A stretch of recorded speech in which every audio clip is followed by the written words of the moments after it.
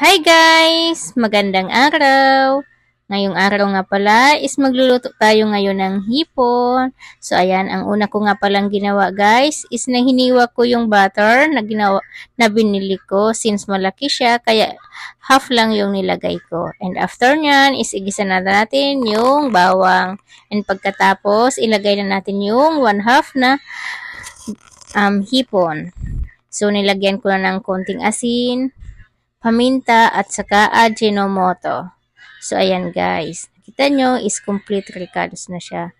And after nyan, mag-gisa-gisa natin, is lalagyan na natin ng konting Sprite. So, ayan. Napanood ko kasi guys na nilagyan nila ng Sprite. Kaya pinag-try ko rin dito sa lulutuin ngayon natin.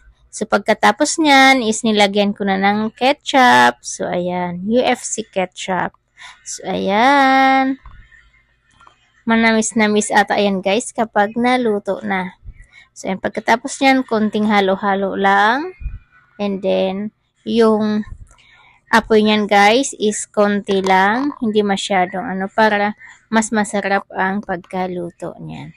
And then, takpan natin ulit and buksan na natin and haya na yung result niya. So, medyo malapot na guys yung sabaw niyan. And perfect talaga yan sa kanin. So, mapaparami ang ating kain yan. So, ayan na. Luto na guys. And ilagay na natin sa isang mangkok para kumain na tayo.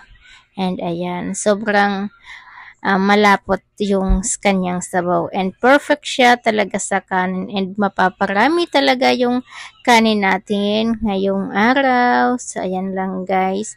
Thank you so much guys sa nanonood sa aking video.